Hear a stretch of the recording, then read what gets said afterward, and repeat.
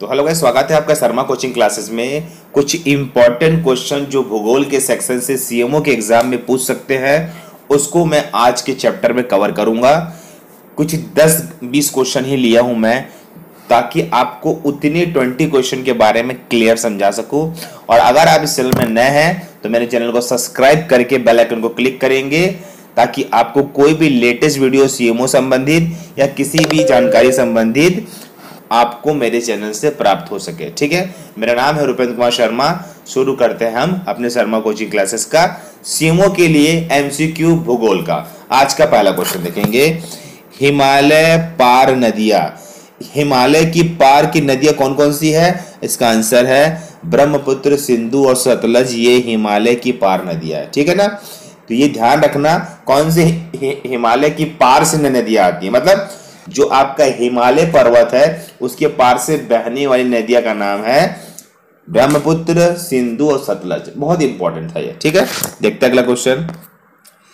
देखेंगे अगला क्वेश्चन, निम्नलिखित में से नदियों की लंबाई का सही अवरोही क्रम। अवरोही क्रम मतलब घटते क्रम, मतलब समझना है ना, क्रम घट रहा है। तो इसका आंसर है ये ब्रह्मपुत्र है, फिर गंगा है, फिर गोदावरी है, फिर नर्मदा है। सबसे बड़ी नदी ब्रह्मपुत्र, फिर गंगा नदी, फिर गोदावरी नदी, फिर ब्रह्मपुत्र नदी है। इंपॉर्टेंट क्वेश्चन है ये, एग्जाम में पूछा जा सकता है। ठीक है ना, देखते हैं अगला क्वेश्चन। देखेंगे भारत की वृहत्तम नदी, वृहत्तम मतलब बड़ी नदी कौन सी है? तो वो है गंगा नदी।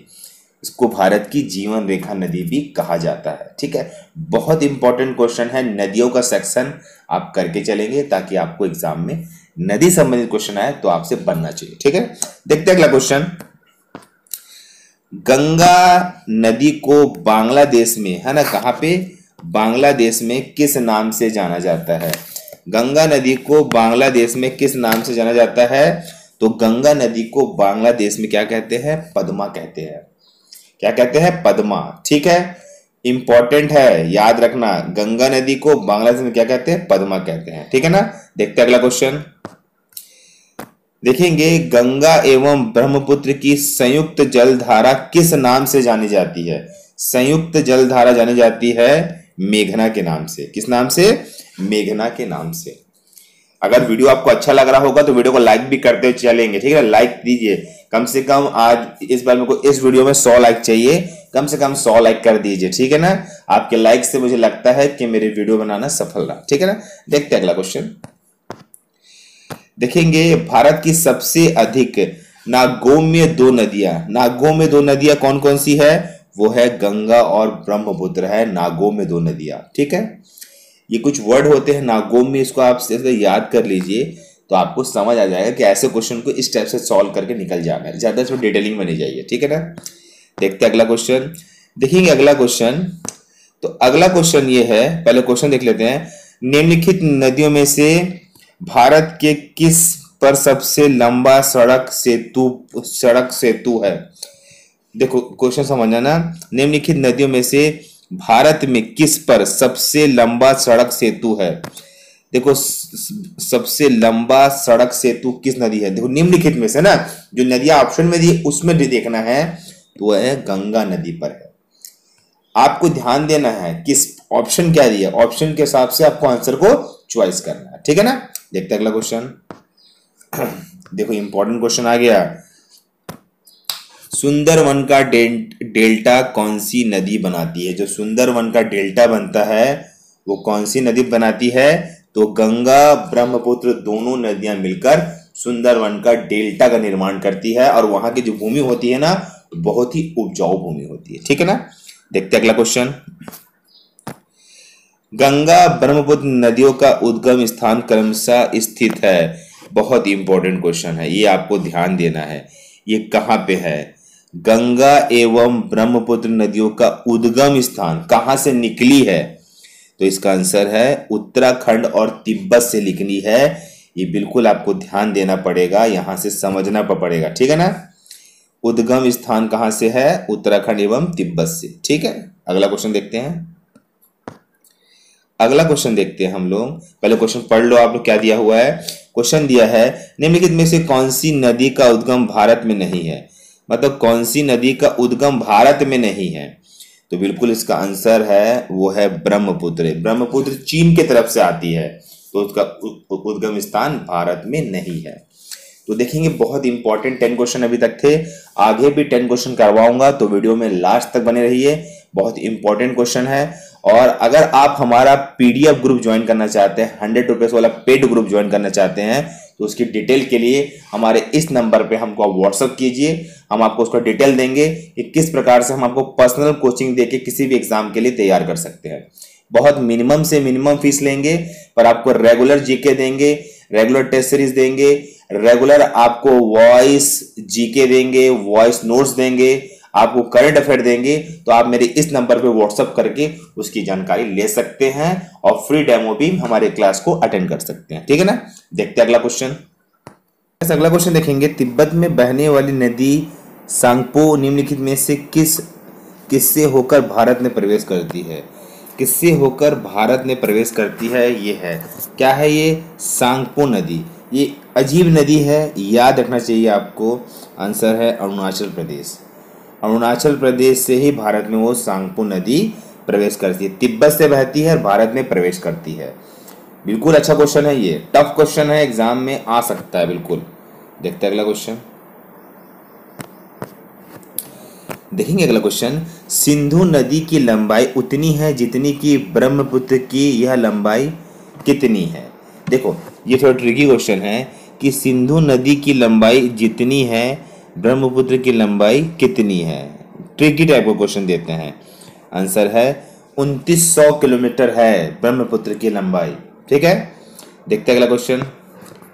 देखेंगे अगला क्वेश्चन, तिब्बत में मानसरोवर झील के पास किस नदी का उद्गम स्रोत स्थित है। मानसरोवर झील के पास, ये लाइन आपको याद रखना है। तो मानसरोवर झील के पास किस नदी का है, ये सभी नदी मानसरोवर झील के पास से ही निकलती है। मोस्ट इंपॉर्टेंट क्वेश्चन था, ट्रिकी था, पर ये इंपॉर्टेंट था। ठीक है, तो बिल्कुल वीडियो में लाइक करेंगे। ठीक है, देखते हैं अगला क्वेश्चन।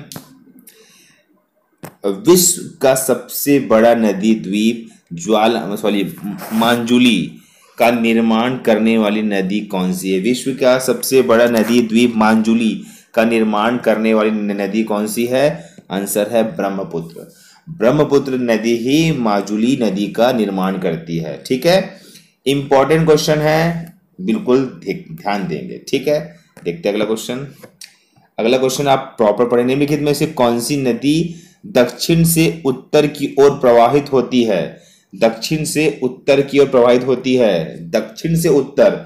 आंसर है बेतवा।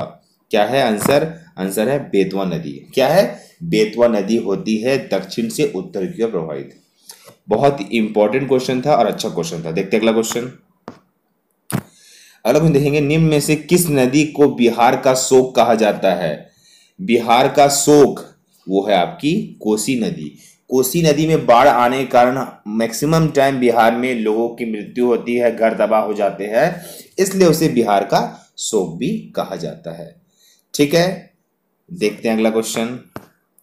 अगला क्वेश्चन देख लीजिए, बहुत इंपॉर्टेंट है, पढ़ लीजिए। निम्न में से कौन सी नदी हिमालय से परे की नदी है। देखो ये सब क्वेश्चन याद रखना, हिमालय के परे मतलब हिमालय के मतलब पार की नदी है, पहली कराया हूं मैं। आंसर है सतलज नदी। बाकी सब हिमालय के अंदर से निकलती है, मतलब उसके अंदर है, बाकी सतलज बाहर से आती है। ठीक है, देखते हैं अगला क्वेश्चन। देखेंगे अगला क्वेश्चन क्या दिया हुआ है। निम्नलिखित नदियों में से कौन सा एक विनाशक नदी कहलाती है। विनाशक नदी, तो वो नदी है बिल्कुल कोसी नदी। अभी बताया ना आपको, कोसी नदी के कारण बिहार में बहुत मौतें होती है, बहुत बाढ़ आ जाता है, जिससे फसल वसल भी बहुत खराब हो जाती है। ठीक है ना, देखते हैं अगला क्वेश्चन। देखो अगला क्वेश्चन, निम्नलिखित में से कौन सी नदी बंगाल का शोक कहलाती है। बंगाल का शोक वो है आपका दामोदर नदी को कहते हैं बंगाल का शोक। बिहार का शोक कोसी नदी, तो बंगाल का शोक दामोदर नदी। बहुत इंपॉर्टेंट क्वेश्चन था। देखते हैं आज का लास्ट क्वेश्चन। वे दो प्रमुख नदियां कौन सी है। जो अमरकंटक पठार से निकलती है परंतु अलग अलग दिशा में बहती है। बहुत इंपॉर्टेंट क्वेश्चन। अमरकंटक पठार से निकलती पर अलग अलग बहती है, वो है नर्मदा और सोन नदी। बहुत इंपॉर्टेंट था ये सेक्शन। टॉप 20 क्वेश्चन मैंने करा है, कुछ सरल कुछ कठिन। कुछ लोगों को आते भी होंगे और कुछ लोगों को नहीं भी आते होंगे। जो नए स्टूडेंट है, पहली बार मेरे चैनल में देख रहे हैं, पहली बार मेरे चैनल में आए हैं, व्यू कर रहे हैं, तो मेरे चैनल को सब्सक्राइब कर लीजिए, क्योंकि बहुत इंपॉर्टेंट कंटेंट ही मैं अपने चैनल में लाता हूं।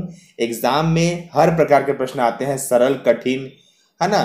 तो आपको दोनों प्रश्न आना चाहिए, ठीक है। और अगर आप इस चैनल में नए हैं तो चैनल को कर लेंगे आप सब्सक्राइब, और कम से कम 100 लाइक बनता है तो 100 लाइक कम से कम हिट कीजिए और वीडियो को शेयर कीजिए। और मेरी वीडियो को देखने के लिए आप सबका धन्यवाद। Thank you, bye.